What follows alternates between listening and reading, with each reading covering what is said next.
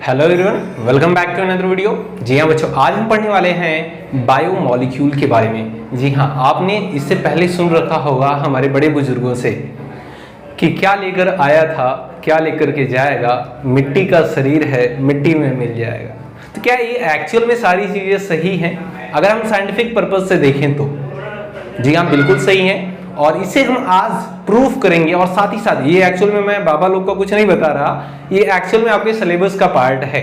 तो हम देखेंगे डीपली एनालिसिस करके क्या एक्चुअल में जो ह्यूमन की बॉडीज हैं वो क्या मिट्टी से बनी हुई है, क्या वो सारे कंपोनेंट्स होते हैं जो एक सॉइल में होते हैं, क्या सेम जो कंपोनेंट होता है मॉलिक्यूल्स का वो सेम ह्यूमन बॉडी में भी होता है या प्लांट में होता है। ठीक है, सारी चीजें प्रूव करेंगे। साथ ही साथ हम जानेंगे कि जो हम फ्रूट्स वगैरह खाते हैं, जो भी हम चीजें खाते हैं वो कैसे डाइजेस्ट होती हैं, क्यों होती हैं, उसका केमिकल कंपोजिशंस क्या होता है, साथ ही साथ वो हमारी बॉडी में कैसे रिएक्ट करती हैं, वो हमारी बॉडी में कैसे प्रोटीन का फॉर्मेशन करती हैं, एंजाइम का फॉर्मेशन करती हैं, एंजाइम कैसे वर्क करता है, साथ ही साथ डीएनए क्या होता है, कैसे बनता है, सारी चीजें जानेंगे। ठीक है, तो बहुत ही कमाल का वीडियो होने वाला है। तो फर्स्ट टाइम विजिट कर रहे हैं अगर आप हमारे चैनल पर तो प्लीज सब्सक्राइब करिएगा, ज्यादा से ज्यादा शेयर करिएगा और लाइक करिएगा। चलिए स्टार्ट करते हैं बच्चों। सबसे पहले हम देखेंगे डेफिनेशन की एक्चुअल में बायोमॉलिक्यूल्स होते क्या हैं। ठीक है ना, ये बड़ा जरूरी होता है कि अगर आप किसी भी चैप्टर को स्टडी कर रहे हैं तो उसकी टैग लाइन आपको पता होनी चाहिए कि उस चैप्टर में आप पढ़ने क्या वाले हैं। ठीक है ना, अगर आपको ये पता चल गया कि इस चैप्टर में पढ़ने क्या वाले हैं तो बाकी सारी चीजें क्लियर हो जाती हैं। ठीक है, तो चलिए जरा देखते हैं एक्चुअल में बायोमॉलिक्यूल क्या होता है बच्चों। All the carbon organic molecules which are obtained from living tissue is called biomolecules. All organic molecule जो कि कार्बन कंटेनिंग ऑर्गेनिक मॉलिक्यूल्स होते हैं जिसे हम किसी भी लिविंग के टिश्यू से ऑब्टेन्ड करते हैं, उन सभी कंपाउंड्स को हम क्या बोलेंगे, बायोमॉलिक्यूल बोलेंगे। अच्छा, क्या ये डेफिनेशन आपको रटनी चाहिए? बिल्कुल नहीं रटनी चाहिए। क्यों रटनी चाहिए जरा समझिए। यहां पर देखिए, मैं इसे ब्रेक कर देता हूं। यहां पर देखिए, जैसे मैंने लिखा बच्चों बायोमॉलिक्यूल, मॉलिक्यूल।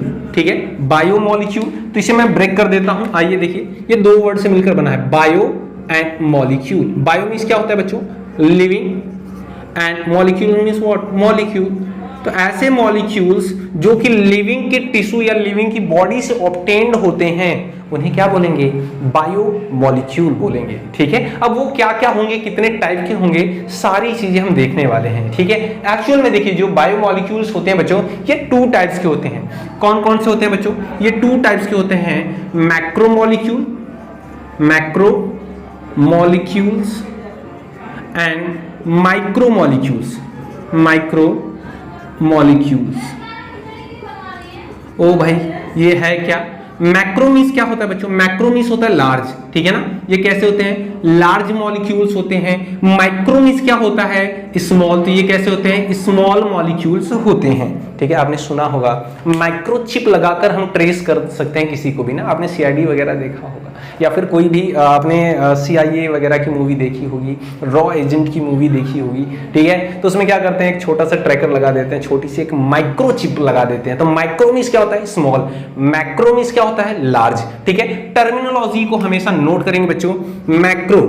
मैक्रो मीन्स क्या होता है, लार्ज, एंड माइक्रो मीन्स क्या होता है बच्चों, माइक्रो मीन्स क्या होता है, स्मॉल। आपने सुना होगा माइक्रो ऑर्गेनिज्म, माइक्रो मीन्स क्या, छोटा सा, स्मॉल सा ऑर्गेनिज्म। ठीक है, चलिए आइए जरा समझते हैं। तो यहां पे सबसे बड़ा प्रॉब्लम क्या है कि हम कैसे पता करेंगे कि कौन से ऐसे मॉलिक्यूल्स हैं जो कि मैक्रो हैं, कौन से ऐसे मॉलिक्यूल हैं जो कि माइक्रो हैं। ठीक है, हमें पता होना चाहिए ना, जैसे गवर्नमेंट कोई सब्सिडी देती है किसी को तो एक क्राइटेरिया डिसाइड करती है जिसके बेसिस पर सब्सिडी वगैरह दी जाती है, छूट वगैरह दी जाती है। जैसे वृद्धा पेंशन अगर मिलेगी तो जिसकी एज 60 के अबव होगी उसे मिलेगी, आपको थोड़ी मिलेगी, है ना। तो यहाँ पर क्राइटेरिया क्या डिसाइड है, एज। ठीक है, यहाँ पर जो फैक्टर है वो है एज। तो हमें यहाँ पर एक फैक्टर रखना पड़ेगा, एक क्राइटेरिया रखना पड़ेगा कि कौन से ऐसे मॉलिक्यूल हैं जिन्हें हम मैक्रो मॉलिक्यूल्स बोलेंगे और कौन से ऐसे मॉलिक्यूल हैं जिन्हें हम माइक्रो मॉलिक्यूल बोलेंगे, स्मॉल मॉलिक्यूल बोलेंगे।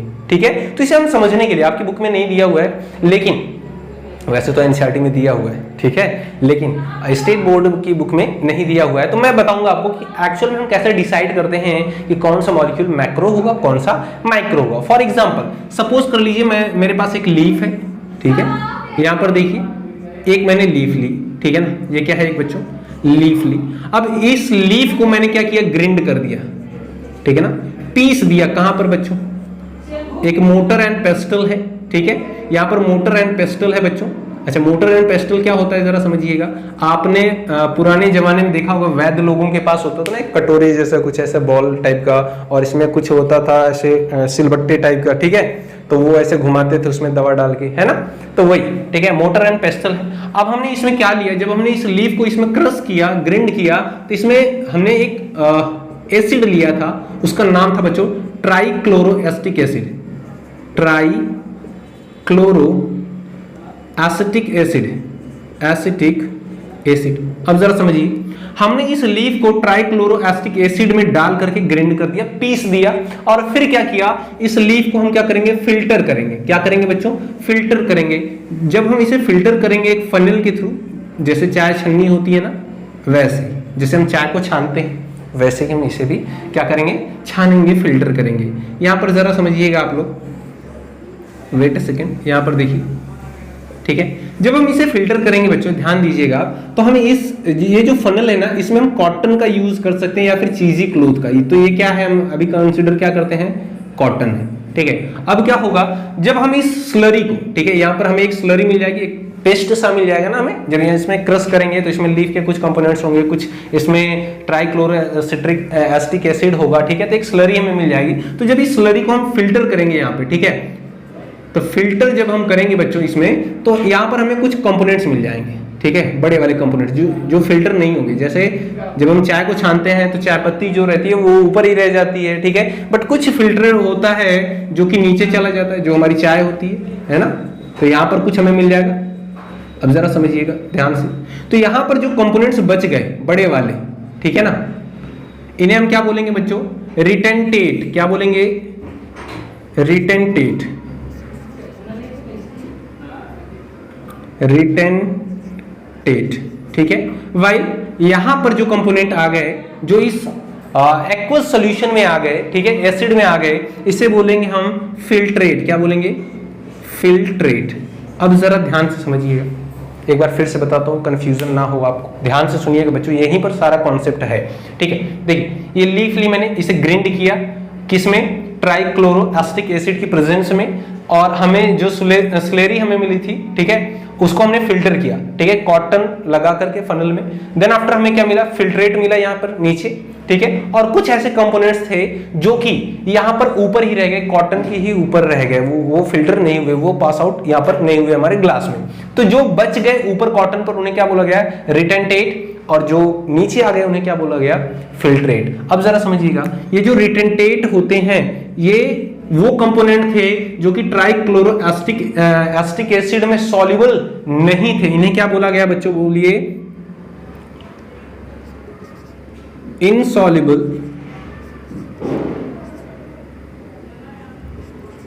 इनसॉल्युबल एसिडिक पूल्स, ठीक है, इन्हें क्या बोला गया, इनसॉल्युबल एसिडिक पूल बोला गया, ठीक है। इसे क्या बोला गया, एसिड सॉल्युबल पूल। क्या बोला गया, एसिड सॉल्युबल पूल। एक ऐसा सस्पेंशन जो कि जिसमें बहुत सारी चीजें मिक्स हो गई, ठीक है, ये जो फिल्ट्रेट था इसमें बहुत सारी चीजें मिक्स हो गई, सॉल्युबल हो गई, तो उन्हें क्या बोला गया, एसिड सॉल्युबल पूल। अब जरा ध्यान से समझिएगा बच्चों, ये जो इनसॉल्युबल एसिडिक पूल था, ठीक है, इसमें क्या होते हैं, ये जनरली इसमें वो कंपोनेंट्स थे जिनका साइज लार्जर था, ठीक है ना, तो इन्हें क्या बोलेंगे हम, having large molecular weight, large molecular weight. जो रिटेंटेट थे उनमें जनरली ऐसे कंपाउंड थे जिनका मॉलिक्यूलर वेट क्या था, ज्यादा था, वाइल जो फिल्ट्रेट थे इनमें ऐसे मॉलिक्यूल थे प्रेजेंट जिनका मॉलिक्यूलर वेट लेस था, कम था, ठीक है। तो यहां पर हम लिखते हैं having low molecular weight,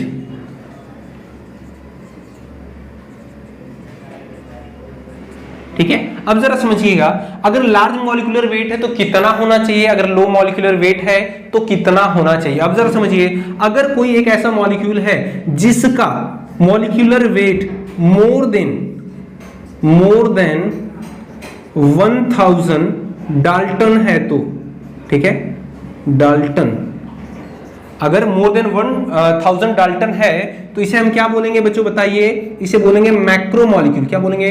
macromolecule. बात समझ में आई क्या? ऐसे कंपोनेंट जिसका molecular weight more than 1000 Dalton है, तो ये डाल्टन 1000 डाल्टन क्या है? ये क्राइटेरिया है। अगर इससे ज्यादा किसी का मॉलिक्यूलर वेट है तो उसे क्या बोलेंगे? मैक्रोमोलिक्यूल बोलेंगे। वाइल एक ऐसे कंपोनेंट्स, एक ऐसा मॉलिक्यूल जिसका मॉलिक्यूलर वेट 8 to, ठीक है, 8 to 800 डाल्टन है, डाल्टन है, तो इसे क्या बोलेंगे बच्चों बताइए? इसे हम बोलेंगे माइक्रोमोलिक्यूल। क्या बोलेंगे? माइक्रोमोलिक्यूल।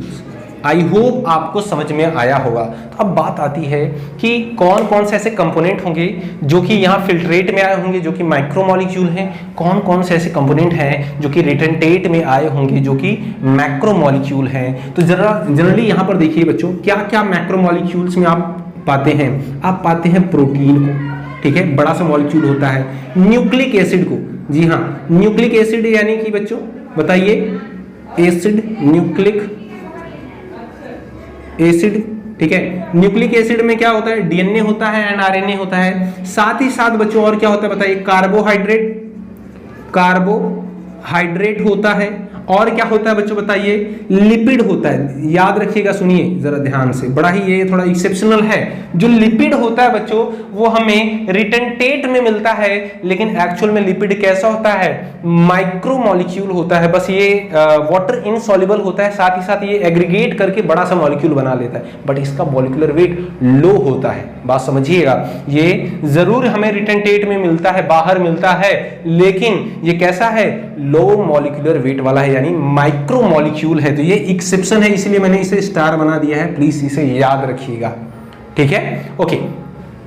और क्या तुम्हें मिलेगा बच्चों? इसमें कार्बोहाइड्रेट आ गया तो स्टार्च वगैरह तो मिलेगा, ये तुम्हें पता है, ठीक है। आगे देखिए, यानी कि माइक्रोमोलिक्यूल में क्या क्या चीजें मिलेंगी बताइए? माइक्रोमोलिक्यूल में आपको मिलता है बच्चों ग्लूकोज मिलेगा, ग्लूकोज मिलेगा, फॉस्फेट मिलेगा आपको, ठीक है। और क्या मिलेगा बच्चों बताइए?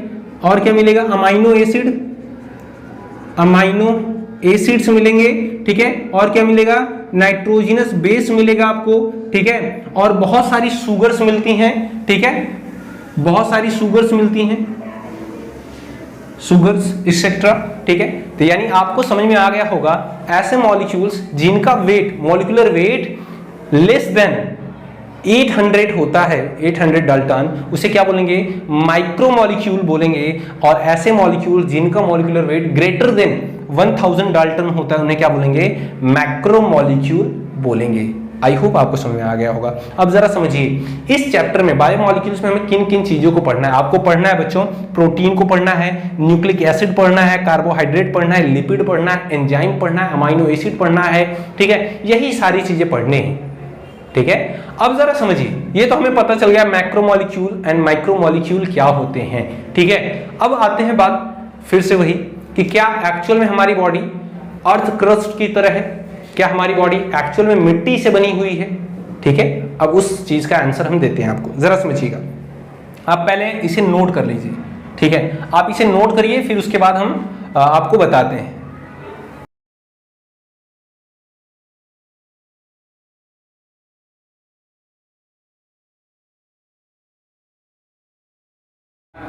ओके बच्चों, चलिए देख लेते हैं एक्चुअल में क्या होता है। कि अगर हम देखें बच्चों, यहां पर देखिए ह्यूमन बॉडी की बात करें हम, ठीक है, ह्यूमन बॉडी की बात करें, वाइल अगर हम इस साइड अर्थ क्रस्ट की बात करें, अर्थ क्रस्ट की अगर हम बात करें, यानी मिट्टी की बात करें हम, तो दोनों को एनालाइज करें तो बहुत सारे ऐसे कंपोनेंट्स होते हैं जो कि एज इट इज सेम होते हैं। लाइक अगर हम बात करें तो ह्यूमन में बच्चों क्या प्रेजेंट होता है? देखिए, कार्बन प्रेजेंट होता है, हाइड्रोजन प्रेजेंट होता है, ऑक्सीजन प्रेजेंट होता है, नाइट्रोजन प्रेजेंट होता है, साथ ही साथ बच्चों कैल्शियम प्रेजेंट होता है, मैग्नीशियम प्रेजेंट होता है, सिलिका प्रेजेंट होता है, ठीक है, एंड कुछ और कंपोनेंट्स होते हैं लाइक सल्फर प्रेजेंट होता है, ठीक है, बहुत सारे कंपोनेंट्स होते हैं। तो आप देखेंगे ह्यूमन में भी ये कंपोनेंट प्रेजेंट होते हैं और एज इट इज ये कंपोनेंट अर्थ क्रस्ट में यानी कि सॉइल में भी प्रेजेंट होते हैं। लेकिन अगर हम बात करें ह्यूमन की बॉडी के कंपोजिशन की, तो ह्यूमन की जो बॉडी होती है बच्चों, वो कार्बन से कितने परसेंट बॉडी जो है कार्बन से मिलकर बनी है ह्यूमन की, ठीक है, तो 18.5, जी हाँ 18.5% जो ह्यूमन की बॉडी होती है बच्चों वो कार्बन से मिलकर बनी होती है, वाइल 0.5% ह्यूमन की बॉडी हाइड्रोजन से मिलकर बनी होती है, वाइल बच्चों याद रखिएगा 65%, जी हाँ 65% जो बॉडी होती है हमारी वो ऑक्सीजन से मिलकर बनी होती है, ठीक है ना। आपको पता है 70% क्या है हमारी बॉडी का पार्ट, वाटर है। वाटर में क्या होता है, ऑक्सीजन मॉलिक्यूल्स होते हैं। तो यहाँ पर ध्यान से देखिएगा सबसे ज्यादा हमारी बॉडी का फॉर्मेशन कौन कर रहा है, ऑक्सीजन कर रहा है। वाइल अगर हम बात करें नाइट्रोजन की, तो नाइट्रोजन जो होता है बच्चों 3.3% होता है हमारी बॉडी में। वाइल ये जो कंपोनेंट्स होते हैं बहुत ही लेस अमाउंट में प्रेजेंट होते हैं, ठीक है, हमारी बॉडी में। लेकिन याद रखिएगा ये जो कंपोनेंट्स हैं, ठीक है, ये जो कंपोनेंट्स होते हैं ये लेस अमाउंट में प्रेजेंट होते हैं अर्थ में, ठीक है। वाइल ये जो कंपोनेंट होते हैं ह्यूमन बॉडी में लेस अमाउंट में प्रेजेंट होते हैं, वाइल अर्थ क्रस्ट में कैसे होते हैं बच्चों, मोर प्रेजेंट होते हैं, ठीक है, ज्यादा होते हैं। बस यही डिफरेंस है, कंसंट्रेशन ज्यादा या कम है बात उसकी नहीं है, बात ये है कि एक्चुअल में जैसे हमारी बॉडी का कंपोजिशन है वैसे ही सॉइल का कंपोजिशन है, ठीक है। तो ये एक्चुअल में बात सत्य है कि जो मिट्टी है वही हमारी बॉडी का फॉर्मेशन करती है। हमारे जो एंसेस्टर, जो हमारे पूर्वजों ने बोला है ना कि मिट्टी का शरीर है, तो भाई एक्चुअल मिट्टी का शरीर है, ठीक है। आप देख सकते हैं कंपोजिशन थोड़ा अलग है, चलेगा, ठीक है, यहाँ पर कार्बन ज्यादा है, यहाँ पर कार्बन थोड़ा कम होगा, लेकिन कार्बन है। मैटर ये करता है कि कार्बन है, कंपोजिशन ज्यादा या कम है, ठीक है, इसको जरा ध्यान दीजिएगा। और ये बड़ा ही इंपॉर्टेंट है, आप इसे नोट भी कर लीजिए, ठीक है। आई होप ये वीडियो आपको पसंद आया होगा, ठीक है, और पसंद आया है तो लाइक करिए, सब्सक्राइब करिए, ज्यादा से ज्यादा शेयर करिए। नेक्स्ट लेक्चर में हम पढ़ेंगे बच्चों अमाइनो एसिड के बारे में, हम जानेंगे डिफरेंट टाइप के अमाइनो एसिड के बारे में, फिर प्रोटीन के बारे में, एंजाइम्स के बारे में, बाकी सारी चीजें एक्सप्लेन करेंगे। वीडियो कैसी लगी कमेंट सेक्शन में जरूर बताइए। कोई पर्टिकुलर आपके क्वेश्चन है तो कमेंट सेक्शन में मेंशन करिए, मैं रिप्लाई जरूर करूंगा। तो मिलते हैं आपसे नेक्स्ट वीडियो में एक नई इंफॉर्मेशन के साथ, तब तक के लिए जय हिंद।